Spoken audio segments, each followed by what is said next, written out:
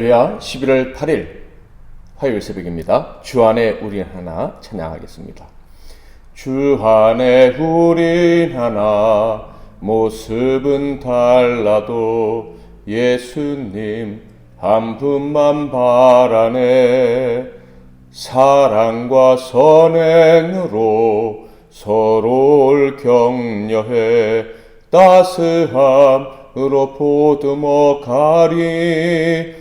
주님 우리 안에 함께 하시니 형제 자매의 기쁨과 슬픔 느끼네. 내 안에 있는 주님 모습 보네. 그분 기뻐하시네. 주님 우리를 통해 계획하신 일 부족한 입술로 찬양하게 하신 일 주님 우리를 통해 계획하신 일 너를 통해 하실 일 기대해.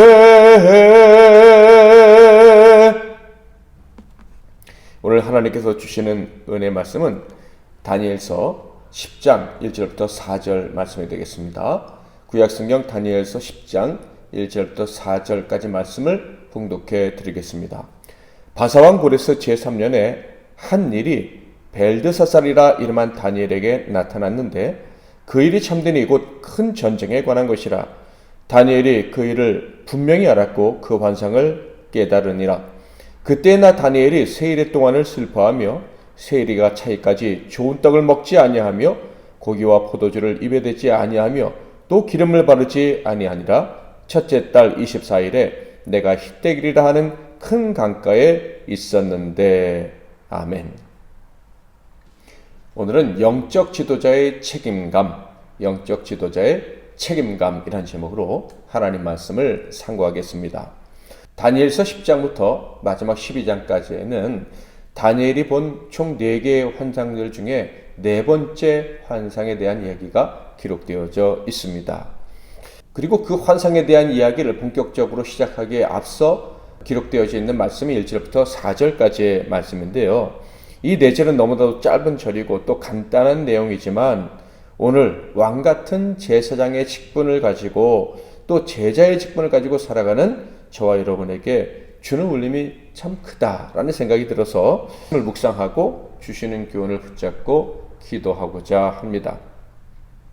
1절은 하나님께서 다니엘에게 주신 4번째 환상이 언제 주어졌으며 그 내용이 무엇인지를 알려주고 있습니다. 1절 바사왕 고레스 제3년에 한 일이 벨드사살이라 이름한 다니엘에게 나타났는데 그 일이 참되니 곧 큰 전쟁에 관한 것이라. 다니엘이 그 일을 분명히 알았고 그 환상을 깨달으니라. 바사왕 고레스 제3년에 주어진 환상이 4번째 환상, 곧 다니엘이 받은 마지막 환상이라는 거예요. 다니엘은 이 마지막 환상의 내용에 대해 말하기 전에 앞으로 알릴 환상이 어떤 것인지에 대해서 간단히 예고하죠. 바로 그것은 큰 전쟁에 관한 환상이다라는 것입니다. 그런데 1절을 자세히 보면 다니엘은 이 일이 참되다라고 말했고 또 자기가 분명히 알았고 깨달았다 이렇게 이야기를 합니다. 그가 하나님께 받은 환상의 내용이 참되고 그리고 자기 자신이 확실히 깨달았다고 말한 이유는 분명합니다. 앞으로 그가 알리게 될 이 환상의 내용이 너무나도 크고 엄청난 것이기 때문에 그랬습니다. 그러니까 사람들이 너무 허황된 말씀이라고 무시할 수도 있다고 다니엘이 생각을 한 것이 분명합니다. 다니엘이 볼 때에도 하나님이 주신 환상은 사람이 이해하고 감당하기 어려울 정도로 너무 거대한 거예요. 그러나 사람이 반드시 받아야 될, 겸손히 인정해야 될 하나님의 말씀이라는 것이죠. 그래서 자신은 이 일은 참되고 또 자신은 이 환상을 통한 묵시를 깨달았다라고 강조하고 있는 거예요. 하나님 말씀 아무리 크고 우리의 이성으로 이해할 수 없는 것 같아도 그것은 진리며 그 말씀은 반드시 성취된다는 믿음을 이렇게 강력히 표현하면서 이 말씀을 듣게 될 사람들이 그 말씀에 온전히 아멘으로 화답하라 이렇게 요구하고 있는 것이죠. 이런 다니엘의 모습을 통해서 알 수 있는 것은 그는 정말로 철저히 하나님과 그분의 말씀을 신뢰했던 사람이라는 거예요. 하나님의 말씀이라면 그것이 아무리 자기 이성의 한계를 넘는 것이라 할지라도 조금의 이의를 달 생각을 하지 못했던 사람, 그가 다니엘이라는 것이죠. 그는 겸손하게 언제나 하나님의 말씀만을 바라며 살았던 사람입니다. 말씀이 성취되는 것만이 우리의 인생의 가장 큰 복임을 알고 노년까지 순수한 마음으로 살았던 사람이 바로 다니엘이라는 것이죠. 그런데 이런 놀라운 예언의 환상을 받기 전에 그는 어떤 상태에 있었습니까? 2절 3절 그때 나 다니엘이 세일의 동안을 슬퍼하며 세일에가 차이까지 좋은 떡을 먹지 아니하며 고기와 포도주를 입에 대지 아니하며 또 기름을 바르지 아니하니라. 무려 세일에 곧 일주일이 3번 반복되는 기간 21일 동안 최선의 음식만 먹으며 기도했다. 금식 기도했다라고 볼 수가 있겠습니다. 참고로 9장에서 70일이라는 것은 490년이라고 그랬죠. 히브리어 단어가 좀 차이가 있기 때문에 그래요. 70일에는 7년이 70회 반복되었다 이런 뜻입니다. 그러나 여기서 말한 세일에는 7일이 3번 반복됐다. 그래서 21일이 되는 거예요. 자, 그런데 그가 금식한 기간은 정확하게 21일이 아니라 23일이라는 것을 알 수가 있는데요. 다음 구절을 통해 확인할 수가 있어요. 4절 첫째 달 24일에 내가 힛대길이라 하는 큰 강가에 있었는데 4절에는요. 그가 어디서 환상을 받았는지 바로 힛대길 강가에서 환상을 받았다라는 것을 알려주고 있습니다. 그런데 그때는요. 이스라엘 사람들이 첫째 달로 여기는 니산월이었다는 거예요. 정월이죠. 정월의 24일. 우리나라 지금 보통 사람들이 쓰는 태양력으로 말하면 4월의 24일이다라는 거예요. 자, 그때 금식이 끝났는데 그날 하나님이 그에게 환상을 주셨다라는 거예요. 자, 그렇다면 1월 3일부터 금식했으니까 21일 동안 금식한 것일까요? 그렇지가 않습니다. 당시 이스라엘 사람들은요, 1월 1일과 2일을 정기적으로 금식하는 날로 정하고 있었습니다. 그리고 나서 14일엔 유월절을 지키고 이후로부터 또 일주일 동안 무교절을 지켰죠. 그러니까 24일은요, 무교절이 끝나는 때인 거예요. 연초에 이틀을 금식하고 그리고 7일을 더 금식하고 또 절기기간에 금식하고 이런 식으로 해서 총 23일 동안이나 아주 긴 시간 동안 금식을 했다는 것을 알 수가 있습니다. 게다가 그는 그 금식 기간 동안 기름도 바르지 않았다라고 되어 있는데 당시에 기름을 발랐던 이유가 무엇일까요? 기후 때문이었습니다.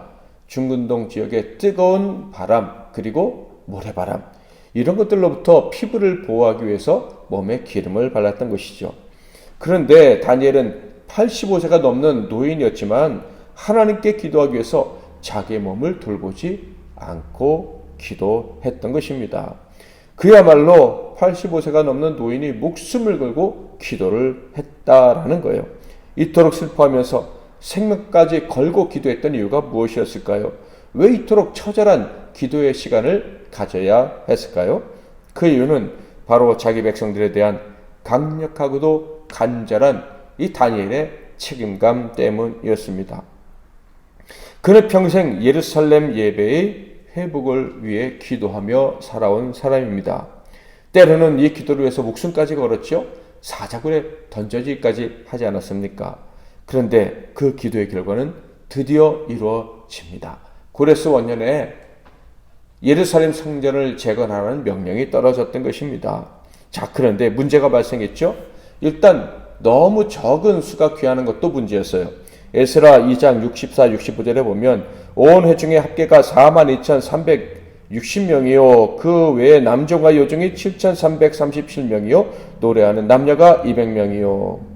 그러니까 42,369명에다가 종과 노래하는 자 포함해서 49,897명, 5만 명도 안 되는 사람들이 귀환을 했다.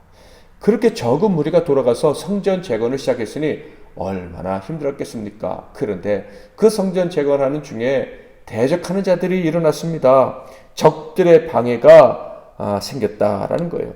이런 소식을 들은 다니엘의 마음이 찢어졌던 것입니다. 다니엘은 늙었고 또 제국에서 맡은 소임이 있어서 귀환하지 못했습니다. 그러나 그의 마음만큼은 이미 하나님의 언약이 성취되는 자리, 바로 예루살렘 성에 가 있었던 것입니다. 그러므로 그곳에서 당하는 귀한 자들의 고통, 고난, 갈등은 모두 다 자기 자신이 당하는 것과 다를 바가 없었던 것이죠. 그래서 그는 슬퍼하면서 목숨을 걸고 안타까이 하나님께 부르짖었던 것입니다. 바로 그러던 중에 하나님께서 네 번째 환상을 그에게 보여주셨던 것이죠. 저는 이런 다니엘의 모습을 보면서 먼저 나 자신을 돌아보게 되었습니다. 먼저는 우리 교회 성도들의 삶의 현장, 예배를 세우기 위해서, 삶의 예배를 위해서 애쓰는 성도들의 삶의 현장에 동행하기 원하며 그들의 삶의 현장에 이야기될 때 기뻐하고 안타까워하는 저의 모습을 보는 것 같아서 조금은 위로가 되었습니다. 이런 삶을 하나님께서 소중히 여기시는 것 같다라는 생각이 들었던 것이죠. 그런데 다른 면에서는 부끄러움 그리고 죄송스러움을 느꼈습니다. 성도들의 삶에 함께하려는 마음은 참 좋지만, 그런데 그 영역을 좀 넓혀보면, 그리고 그 깊이를 좀 더 해보면 모든 성도들의 삶뿐만 아니라 이 땅의 교회들, 다른 모든 성도들, 이 민족을 위해서는 내가 얼마나 큰 책임감을 가지고 살아가고 있을까라는 생각을 해보니 너무 부끄럽고 죄송스럽다라는 생각이 든 거예요. 그런데 여기서 더 나아가서 진정한 책임감, 참된 예배가 회복된 하나님의 나라를 위한 책임감은 나 혼자의 몫이 아니라는 것도 생각이 되었습니다. 맞습니다. 우리 MBC 나눔교회 성도들의 몫입니다.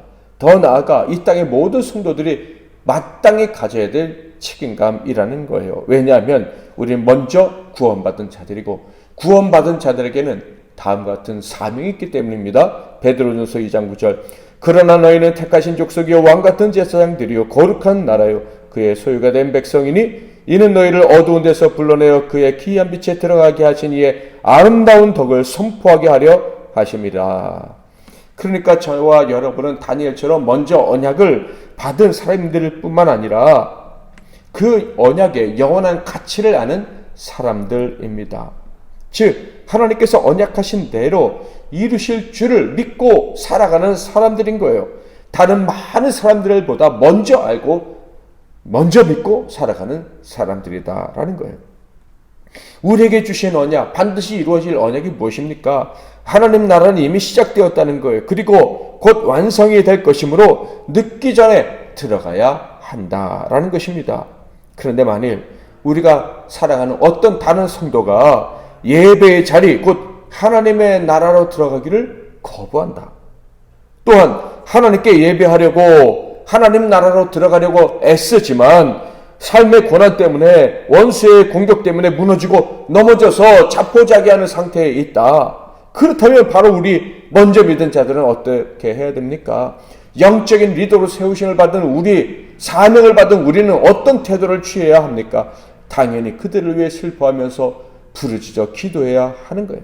다니엘처럼 오랜 기간 동안 슬퍼하며 금식하며 목숨 걸고 기도해서 그들을 살려달라고 하나님께 매달려야 하는 것입니다. 그들의 예배가 회복되게 해달라고 부르짖어야 하는 거예요. 다니엘의 모습을 보면서 나와 우리 성도들의 사랑은 그 크기가 얼마나 될까라는 생각을 해봅니다. 먼저 믿은 사람으로서 다른 이들을 영적으로 인도해야 될 사명자가 된 우리들, 과연 우리에게는 칭찬받을 만한 책임감이 있는가라는 생각을 해보게 됩니다. 그것이 또한 오늘 우리가 새벽에 기도해야 될 제목이기도 합니다. 우리의 사명감을 위해서, 우리의 사명을 위해서, 우리에게 마땅히 있어야 될 책임감을 위해서 이 새벽 기도했으면 좋겠습니다. 먼저 영적 리더로서, 먼저 믿는 사람으로서 우리의 부족한 책임감이 느껴졌다면 하나님께 회개하는 시간을 갖고요, 나아가 더 많은 영혼들, 다른 이들의 예배 회복을 위한 책임감을 가지고 기도하며 살 것을 하나님께 다짐하는 그런 결단의 기도를 올리는 이 시간이 되기를 원합니다. 그 밖에 여러 가지 기도 제목들을 가지고 기도하시고 승리하시는 하루가 되십시오. 제가 먼저 잠깐 기도하겠습니다. 살아계신 하나님 아버지, 우리를 예수의 피로 구원하시고 하나님의 백성으로 불러주시되 먼저 불러주시니 감사합니다. 먼저 부르심을 받은 자들의 마땅한 책임감 우리가 잊지 않게 하옵소서. 망각했었다면 용서해 주시고 그 책임감을 가지고 우리 주위를 돌아보면서 그들을 위해 부르짖어 기도하는 우리 모두가 되게 하옵소서. 우리의 기도를 들어주시되 우리의 사명을 위한 기도, 또 오늘 우리의 삶에 모든 필요한 것들을 간구한 기도에 다 응답해 주시옵소서. 예수 그리스도의 이름으로 기도하옵나이다. 아멘.